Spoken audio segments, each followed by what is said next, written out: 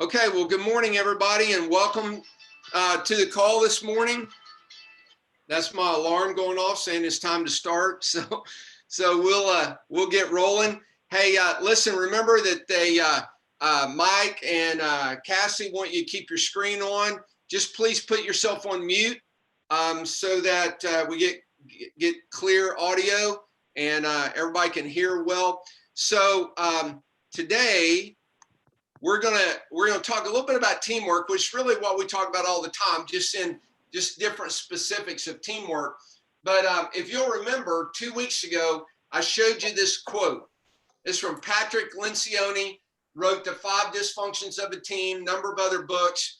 But this is a great comment about teams, that it's not finance, it's not strategy, it's not technology, it's teamwork that remains the ultimate competitive advantage because it's so powerful and it's so rare. And I think we all know that to be true as we think through it, that teamwork is really the ultimate in competitive advantage. Now, there are at least two of the big hurdles to teamwork are unhealthy conflict and unhealthy confrontation. All right, so we're going to talk about confrontation today. We talked about conflict, unhealthy and healthy conflict 2 weeks ago. Just a quick review on healthy conflict. So how do we turn conflict? Because we know we're going to have conflict, right? We're people, and that's just part of it. And so we know there's going to be conflict. How do we help move it and transition it from unhealthy to healthy? Well, one way is we have to expect it. Y'all don't let conflict surprise you, right? It's going to be there. So number one, let's just expect it. It's going to happen. And then let's learn to embrace it. Don't avoid it, embrace it, even seek it out. When we expect it, we start to notice that it's there. Seek it out, embrace it, and excel in it. We gotta shift our perspective on conflict. It's not always bad. It can be unhealthy, it can be bad, but as leaders, we want to do everything in our power to shift that around from being unhealthy to being healthy, to being productive. And so one way we do that, the first way we do that, is we change our perspective on conflict in general. And so one of the things that we realize is, and to help change our perspective, is that when we excel in it, here's what happens. We got to think, all right, I'm going to learn something from this conflict. I'm not going to waste the conflict. I'm not going to waste the pain. I'm going to learn something from this. I'm going to learn about myself and my own motives. I'm going to learn about courage and humility, right? Because if we're going to have healthy conflict, we have to realize there's a role that we played in that conflict, in creating it, right? And so we learn about our motives, we gain courage, we gain humility as we navigate conflict, and we learn to thrive in it. We learn to actually thrive in conflict. Why? Because we're learning something. And when we learn, we grow. And when we grow, we develop and we become stronger leaders. And remember, one of the main reasons we even talk about leadership and all those leadership qualities that we talked about, and I hope you still refer to them, one of the main reasons we do it is that as we develop those qualities, not only do our lives get better, right? But what? The lives of everybody who depend upon us get better. So as we learn about conflict, as we expect it, embrace it, excel in it, we change our perspective. We learn about our motives, we gain courage, we gain humility, we're learning, we're growing, we're developing. And you know what can happen out of it is it actually starts and can reveal what our purpose is. What is purpose for me? It's in the finding of our purpose that we also start to find fulfillment, right?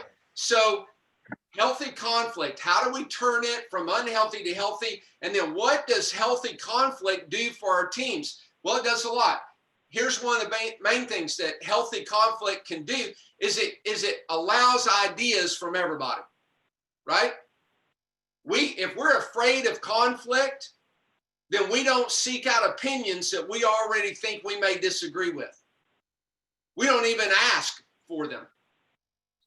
And when we as leaders get in that mode, we severely hamper and hinder the growth of the team and the growth of ourselves and the growth of individuals on the team, because we don't open it up and embrace and extract and bring out ideas from all the team members, because every team member is valuable to the team. They may have different roles. They may have different responsibilities. They may create better results in this area and somebody else creates better results in that area, but every person has value on the team. And as a leader, what our job is to see that and call it out of them and encourage and develop them, right? And extract out of them the ideas that they have. Because here's what happens: as we extract ideas and we embrace ideas, here's what happens. We start to think, you know, what my experience really with this is this person's idea, that person's idea, my idea, none of them individually was the right idea. But when we were open enough to listen and learn from each other, we got the right idea, which was a combination of the three. That's what begins to happen when we embrace healthy conflict, extract ideas from all the team members. We actually solve real problems faster. One of the reasons is we trust each other more. Remember, everything travels at the speed of trust. So we solve problems more quickly. We minimize politics. Aren't we tired of politics? Let's minimize politics, right? It puts critical topics on the table for discussion. It puts that elephant in the room that's so big that nobody really wants to talk about it. It puts that on the table so we can address it. And here's what happens as we engage in this and we all approach it from this healthy perspective. And y'all, here's a big part of that. Y'all know that leadership quality of security. The more we develop the quality of security, the easier all this is. And we start to develop deeper relationships with the people in our team. It actually strengthens the team. The conflict, which we before were running from, now we're running to it. We're embracing it. We expect it. We move from unhealthy to healthy. Our team strengthen, and here's what happens. We actually create breakthrough results. I would say to you that at least part, not all, but at least part of the success, the reason for your success in October, right? The highest average daily sales of any month in the history of Multiview. Part of those breakthrough results is because you're developing healthier and healthier teams. One of the reasons is because we learn how to have healthy conflict, not unhealthy. All right. So there are two big hurdles though, because yes, we have unhealthy conflict. Conflict though, it can lead into confrontation. Sometimes confrontation leads into conflict, right? So unhealthy confrontation, that's what we want to talk about today. How do we make confrontation healthy and not unhealthy? All right. So let's take a look at that, because here's the thing, y'all. Confrontation's everywhere, right? Yes, confrontation is everywhere. So let me try to give you some examples. It's in the movies, isn't it? That's classic confrontation, right? Right there. How about that one? Rocky and Apollo Creed. I'm telling you what, how many movies did they make out of that, right? Harry Potter and Voldemort, right? Confrontation. It's all around us. Movies. Braveheart, one of my favorite. Confrontation. It's in the movies. It's everywhere. It's in cartoons. This is what I grew up watching, right? Popeye and Brutus. I mean, it's in the cartoons. It's in the movies.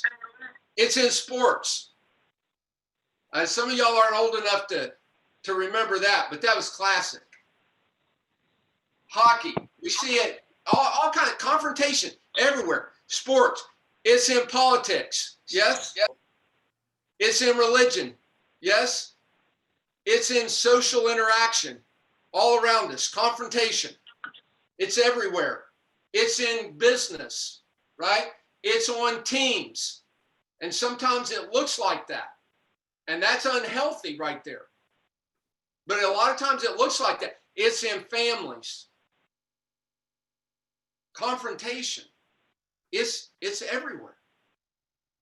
So what we want to learn is how do we take this confrontation that's everywhere that can very easily be unhealthy, and how do we turn it into healthy confrontation that takes individuals and puts them together with their arms wrapped around each other, saying, you know what? I don't care what the circumstances are. I don't care how big the hurdle is. I don't care what's going on. We as a team are going to find a way to make this happen.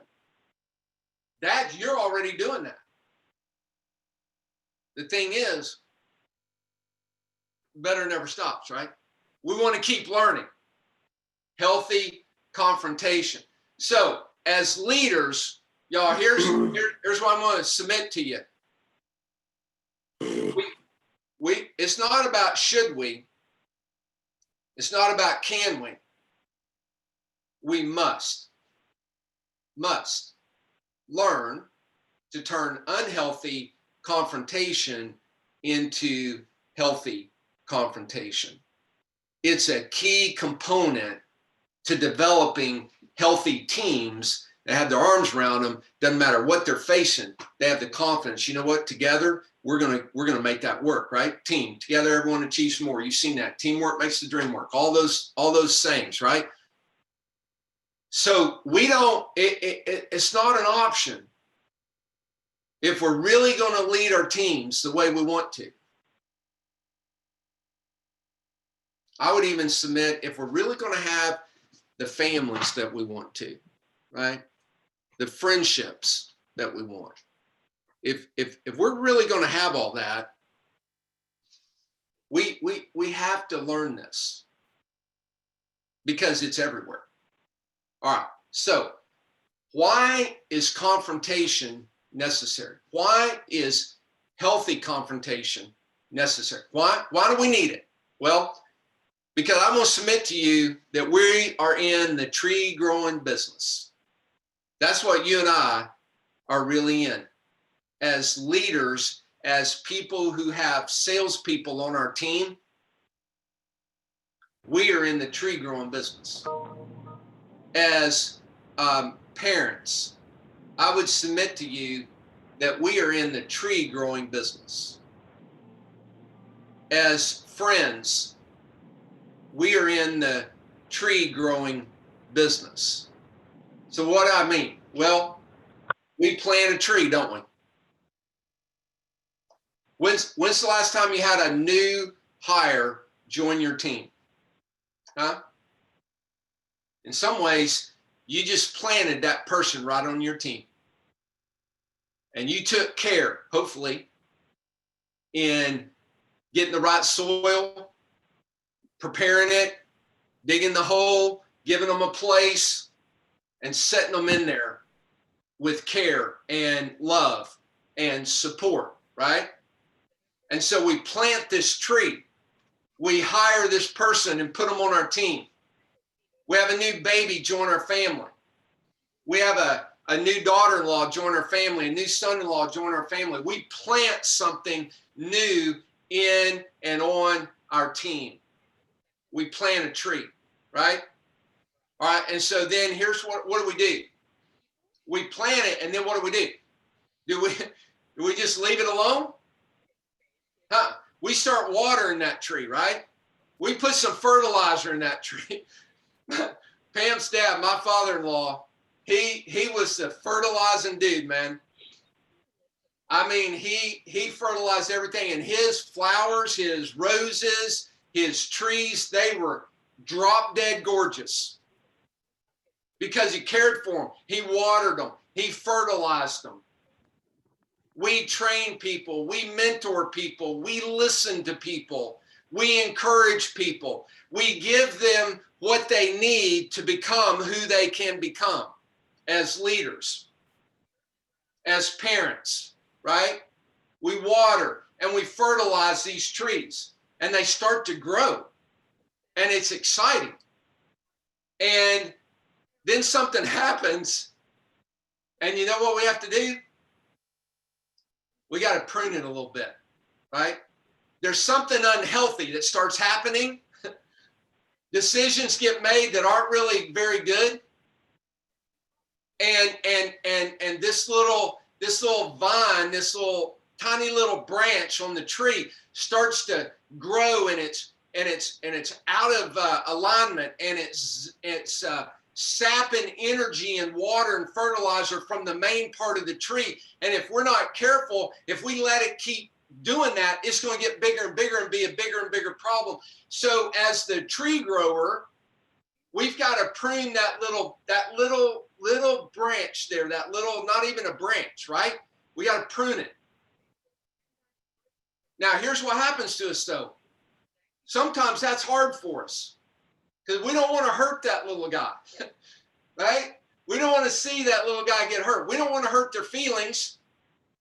And so we're slow on that. We rationalize, maybe it's not a good time. They've got all this other stuff going on. Maybe it's not the right time to confront them on that. And so we just kind of, we resist and we procrastinate. And then what happens? Invariably, we can't use that little snipper anymore. We gotta pull that thing out, right? And unfortunately, by the time we get to that, there's maybe another 2 or 3 that we got to snip off. And we got to keep pruning. And y'all, pruning hurts. But without pruning, you never get to that. Our trees bear healthy fruit. They create breakthrough results when we're willing to prune them. It doesn't happen without it. Maxwell said, when team members drift from goals, leaders owe it to them and to the organization to confront or clarify the situation. It's the only way to stay on track and to maintain respect from the team. What he's talking about there is that as leaders, if we've got a team member that's not doing what they're supposed to do, the whole team knows it. And the whole team is looking at you and saying, when are you going to do something about that? I thought you were the leader. They want to know. Now, they're not going to come tell you that unless they're really a leader themselves. And then they'll confront you about it. And we'll talk about that a little bit later. But when we have people on our teams that are causing a problem, everybody knows it. The thing is if we keep procrastinating, we lose credibility as the leader of the team. So confrontation is necessary. Why? Because we're all people. And because we're in the tree growing business, and trees have to be pruned. If you want people, think about it. When you hire a new rep and a new rep comes on your team, you want them to be successful, right? You want them to have a long-term successful career. Well, I'm going to submit to you that they got to have 3 characteristics if they're going to build a long-term successful career, right? They have to believe in what they're selling and be convicted about it. They got to have strong internally driven work ethic, and they've got to be teachable and coachable. And when they don't have those characteristics, we have to teach it to them. And if they're not willing to learn it, they don't last on the team. They don't build a long-term successful career. But as the leaders, as the coaches, we want to produce healthy fruit for them. We want their tree to look like that. We want our children's tree to look like that. We want our friends' tree. We want our tree to look like that. It will not look like that if we don't prune it. And if we keep procrastinating on that, and we have to end up doing that, it's better to do that than not do anything. But oh my goodness, wouldn't it be better if we were willing to do that right there and help continue that tree growing and shaping it and molding it and feeding it and encouraging it and fertilizing it so it ends up looking like that? That's why confrontation is necessary, because everything has to be pruned. We're people. It's going to work that way.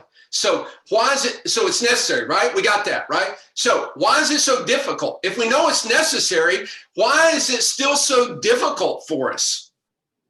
Well, one guy suggested the inherent problem with confrontation is that it's almost always unsolicited. It's unasked for feedback. Now think about this, y'all. When have you had a situation like this? I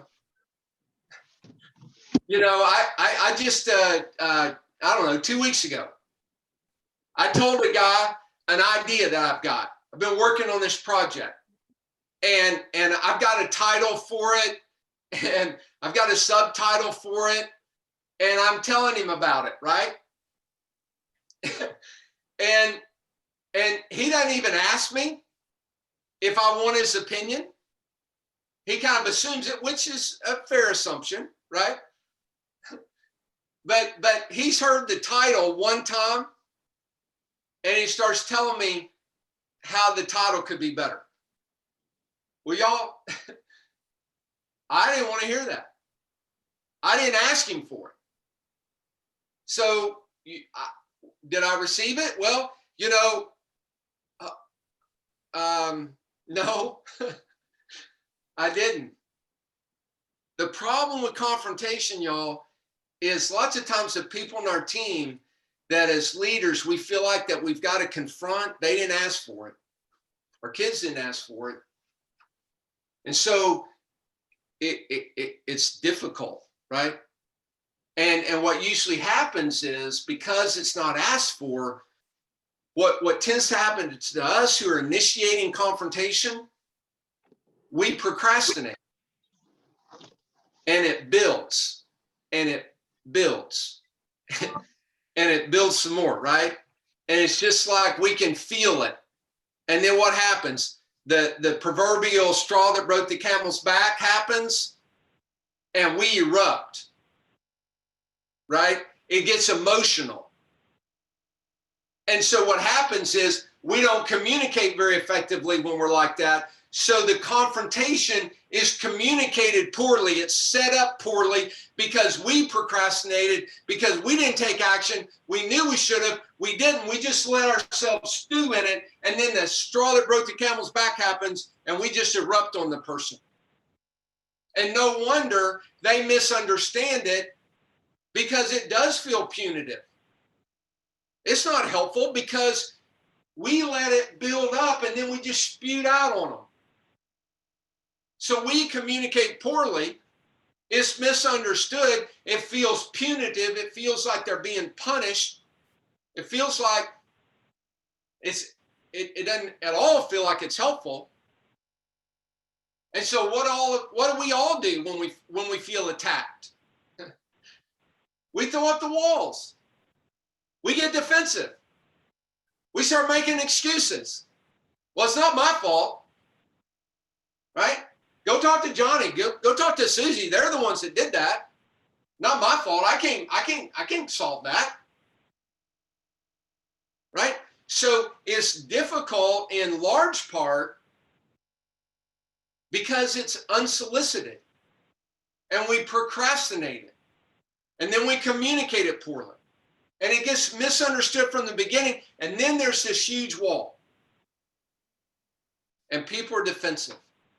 And y'all, we've talked about this before. When we get defensive, nothing good happens. It just doesn't. As people, we make excuses. We get backed in the corner. It's survival mode. So we put people on the defensive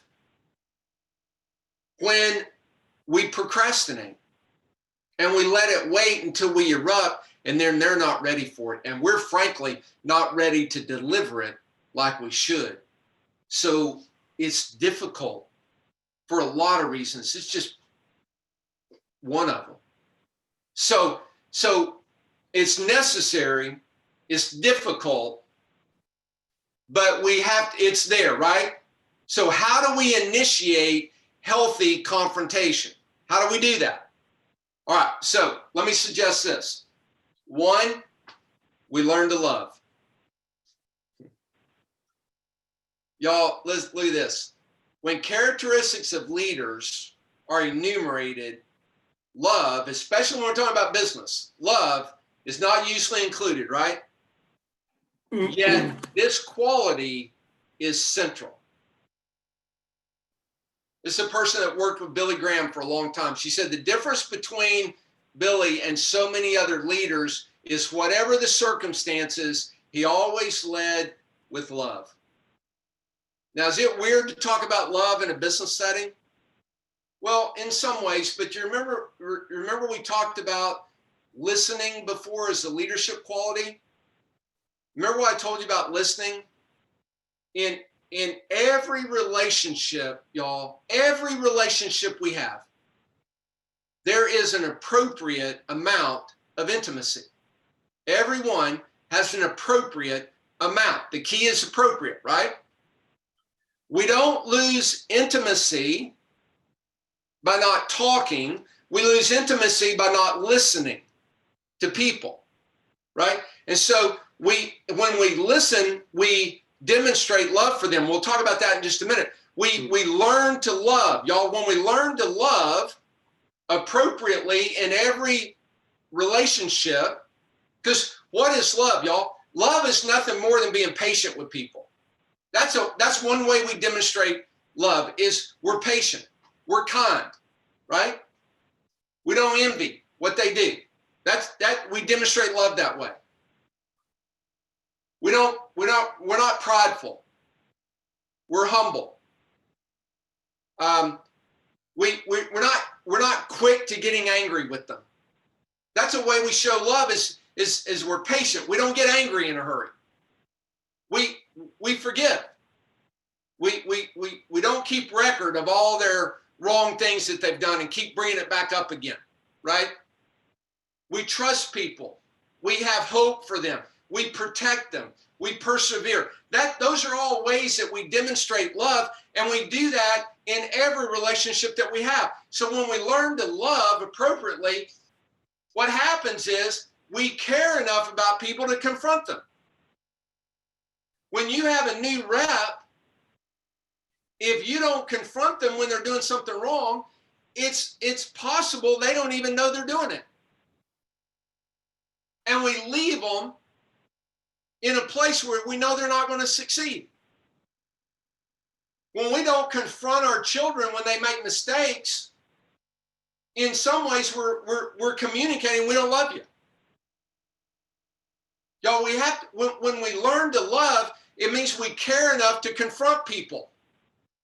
And when we learn to love, it's more about them than us. And so when we confront them, it's with pure motives. It's not about being selfish. It's about being selfless.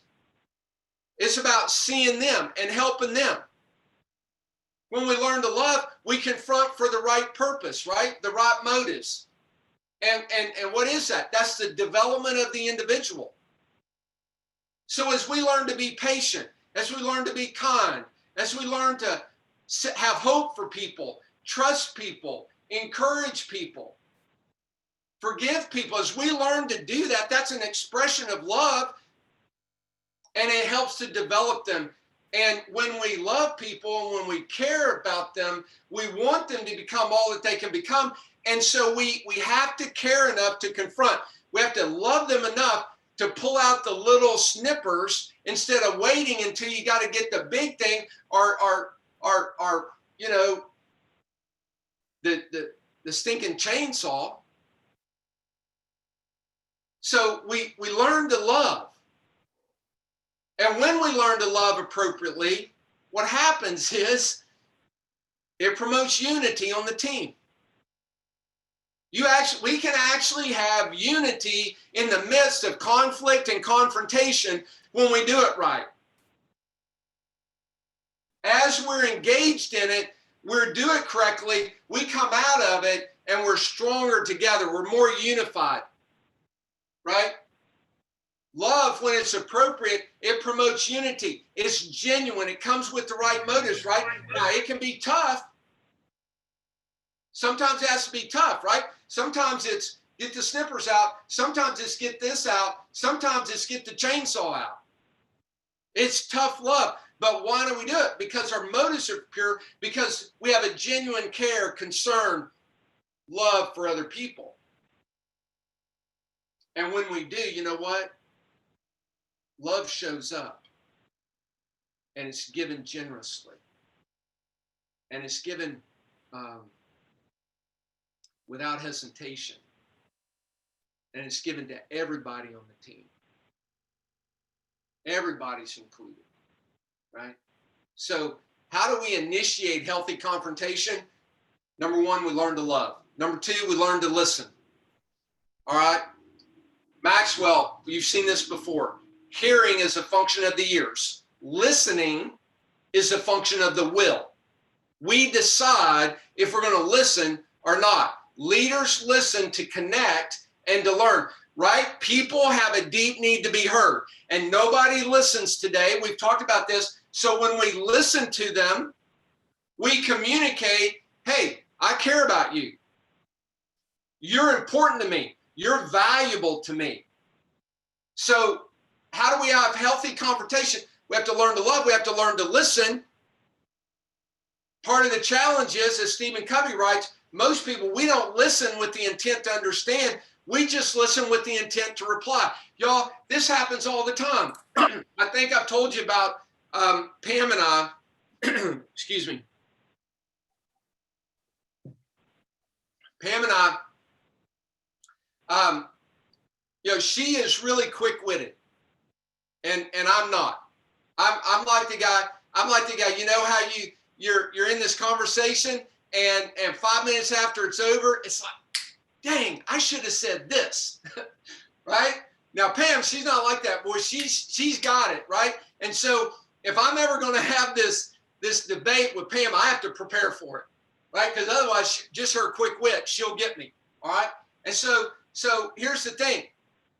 If for me, it's real easy to quit listening and start formulating how I'm going to reply, because I have to think it through, right?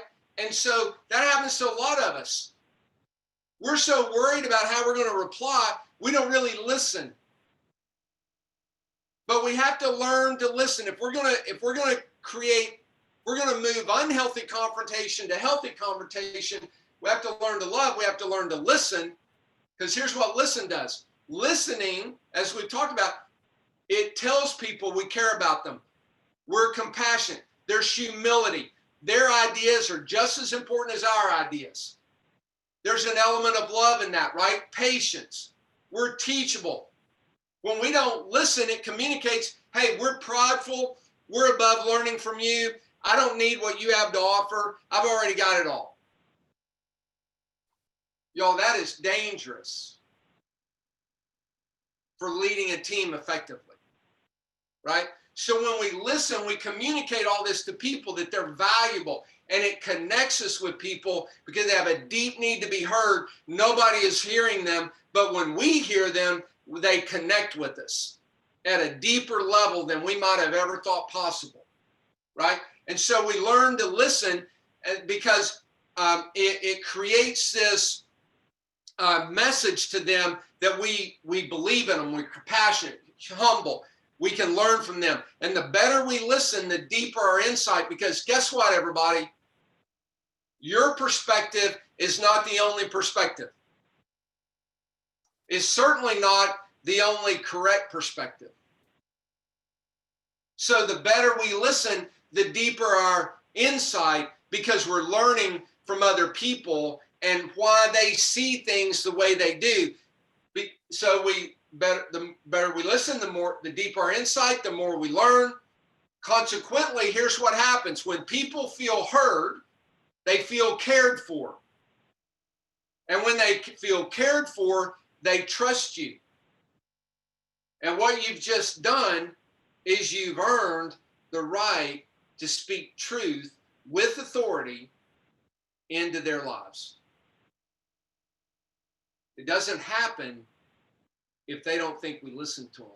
It doesn't happen if they don't think we love them, we care for them, right?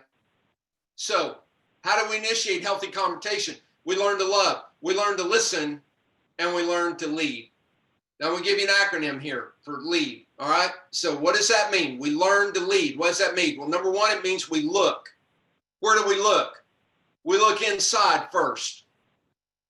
If we're going to have healthy confrontation, we got to learn to love, listen, and lead. And the thing about lead is we got to be willing as the leader to look inside first. I have some role in this conflict. I have a role that I'm playing in this confrontation. So I have to own that role, right? And I got to keep looking even deeper inside and be honest with myself about what are my motives? What am I really after here?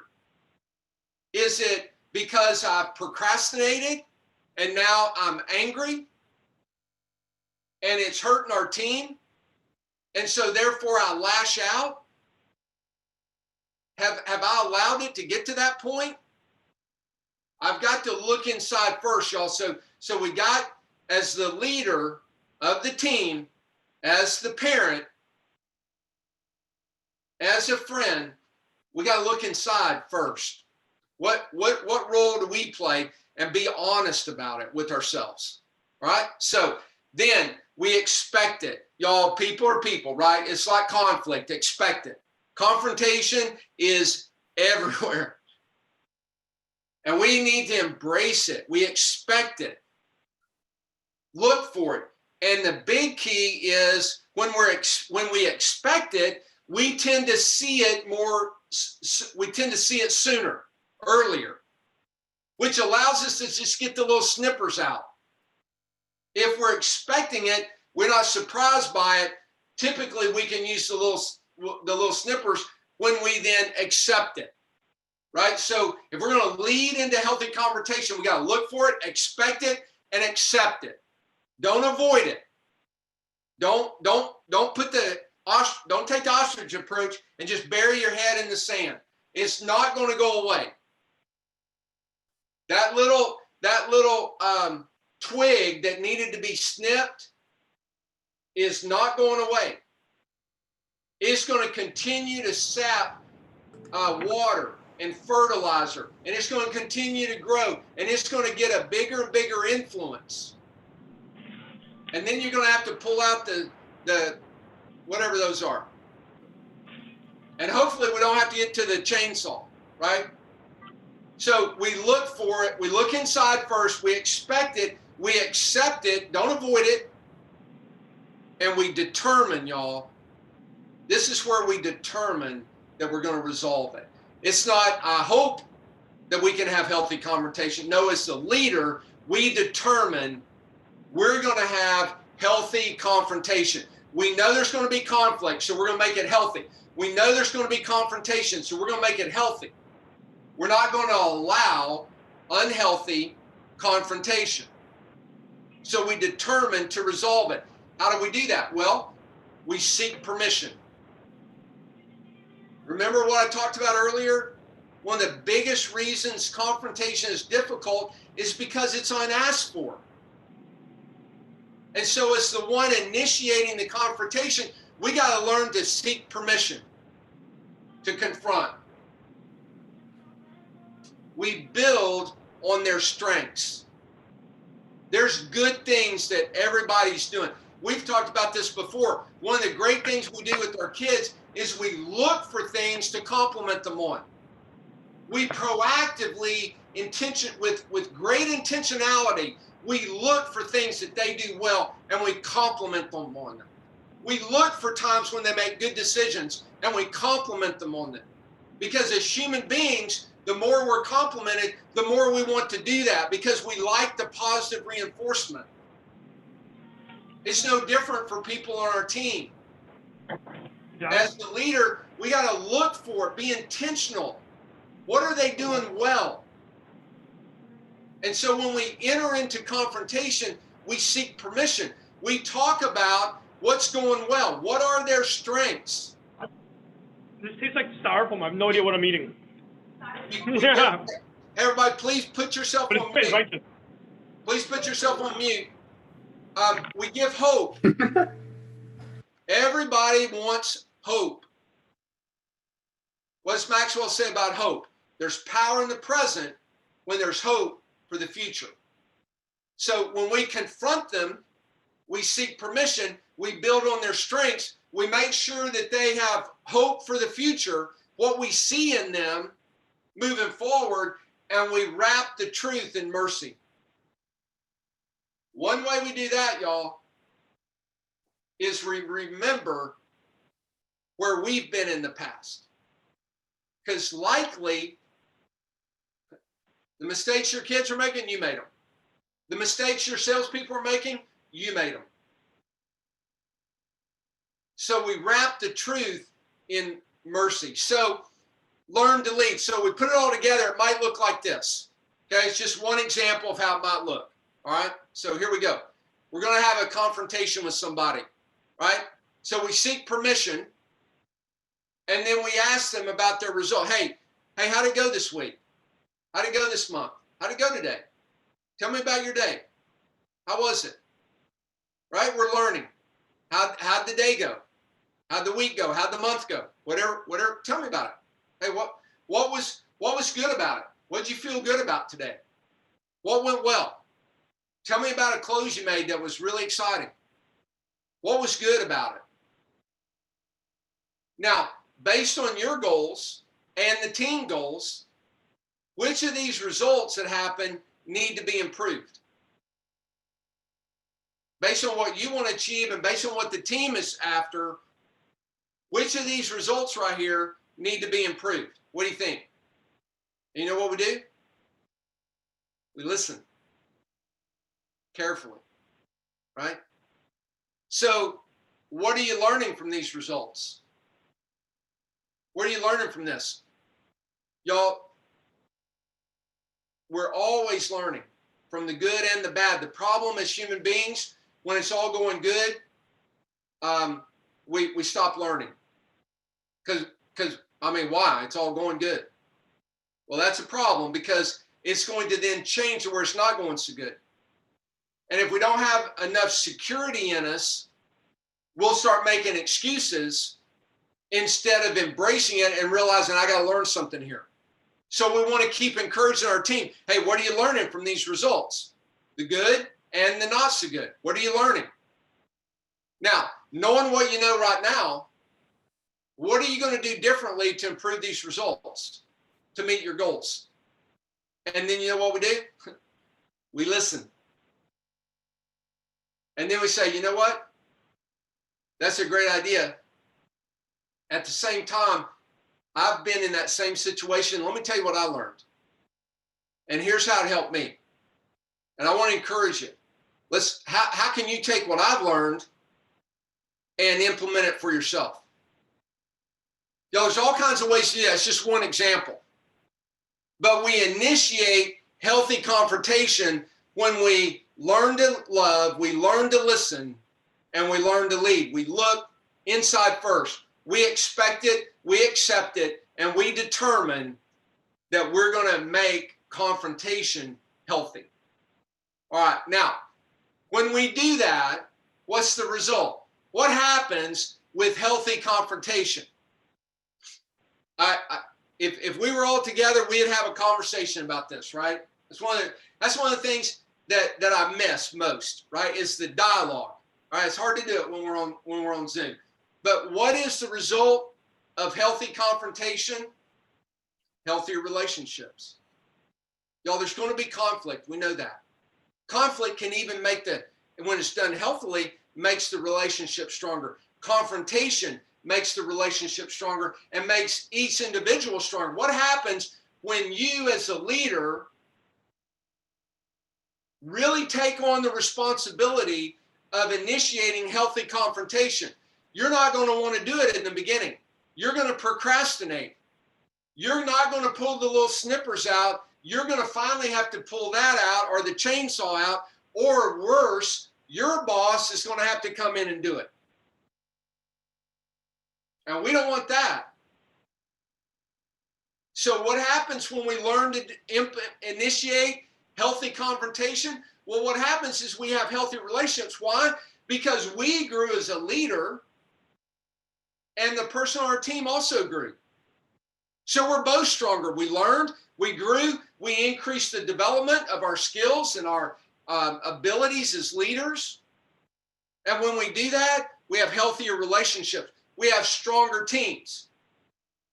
And we have improved results, which then lead, right, to breakthrough results, which is really what we're after, which I go back to a lot of this, you guys are already doing in a number of ways. You wouldn't have had a month like October without it. Healthy confrontation produces what we're after, healthier relationships, because it's all about relationships, right? Stronger teams are formed and results are improved even to the point of breakthrough. All right, now, that was all about initiating healthy confrontation. Now, what happens when we're the ones being confronted? Because no matter how much we grow, no matter how old we are going to be confronted. It's going to happen. So what do? Well, you know what? Even when we're not the one initiating and we're the one being confronted, you know what we can still do? We can still lead in confrontation. And what does that mean? Lead, remember what? We look inside first. We actually expect it. We know it's going to happen at some point in time. We may not know exactly when. We actually accept it, right? And we determine that we're going to do our part, that it be healthy. So we can lead in confrontation, whether we're the one initiating it or we're the one being confronted. We lead in it. So how do you do that if you're being confronted? Well, what I've learned is I take a deep breath, right? I just, okay. And I assume that whatever this person's bringing to me, I assume that this person is logical, that they're smart, that they have the best motives. I try to give the benefit of the doubt that, okay, this person is logical, they're smart, they have the best motives. I mean, I have a relationship with them. I like this person. So what I'm going to do is I'm going to listen to them to try to understand their perspective. I may not understand their perspective. I may not have the life history that they have. So my perspective is very different. But I can't get defensive. I've got to look at it and listen to understand. So I take a deep breath. I assume, okay, smart person, intelligent, good motives. They have a perspective and a perception that I don't have, so I need to listen so I can understand them. And I can't get defensive, right? Even though it's natural, Even though when you know this, it's still natural, but it's got to be this red flag. So we take a deep breath. We assume, okay, I got to listen. They've got a perspective. They got a perception that is new to me, maybe. I can't get defensive because I got to listen. And it's an opportunity for me to learn and grow. So I have to look inside first, right? Evaluate it. Is this valid? So I'm doing all this, right? When we're being confronted, we're doing all this, kind of taking it all in. Just kind of take a deep breath. Okay, I know this person, they're logical. They have evidently some perspective or perception from their history that is important to them, and I need to listen to them. And I can't get defensive. And so let me look inside. Let me see, what were my motives? Whatever this is, what created this, and now I evaluate it. Y'all, not all criticism is valid. We have to be honest enough to evaluate it. But we can't make excuses and not accept it when it really is valid. And so what do? We respond then appropriately. And so what I mean by that, when we're being confronted, so let's go back real quick. When we're being confronted, we're going to take a deep breath. We respect the person that's confronting us. We're not going to get defensive. We're going to look inside. We're going to evaluate this. And now it's time to respond. And we want to respond appropriately, right? Because we want healthy teamwork. We want healthy relationships. So now we're going to respond. We want healthy confrontation, right? All right, so how do we do that? Acknowledge it. Thank them for bringing it up. Now, y'all, this cannot be just a tool without sincerity, without being authentic. We have to mature to the point that when people confront us, we really are grateful. Because if they're doing it right, if they have the right motives, it really is for their benefit and ours, right? Think about when you confront a team member. You're really doing it for them, I hope. Yes, it's going to help the team, but first and foremost, it's got to help them. Because if it helps them, it helps the team. If it doesn't help them, but it helps the team, we got a problem. They're always first. Now, when they say to you, you know what, the team is bigger than I am, that's what you're looking for. But you can't assume that about them. You can hope and you can encourage it. So now we're being confronted. Now we're going to respond. So thank you.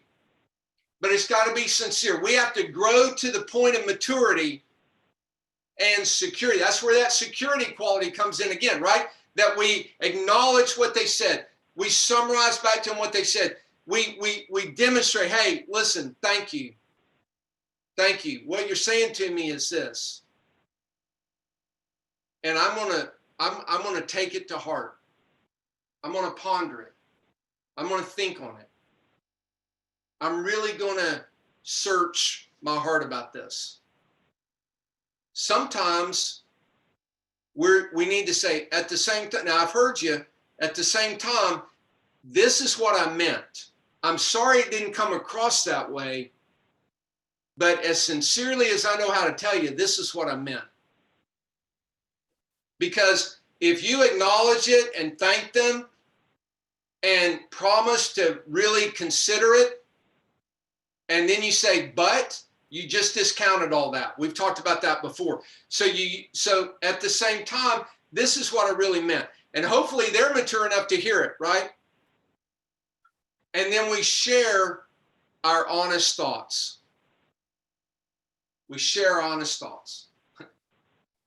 Y'all, so this right here, this happened to me today, this morning. And I want to thank Cassidy and Mike for calling me. Last 2 weeks ago when we met, I made a comment that offended, I don't know how many people, but offended some people on the call. And I didn't know it. And I want to thank you for helping me know that. what I said was no way intended the way it came across. And I understand from the life history, probably, where that comes from. So my apologies, because that's the last thing I intended. All right.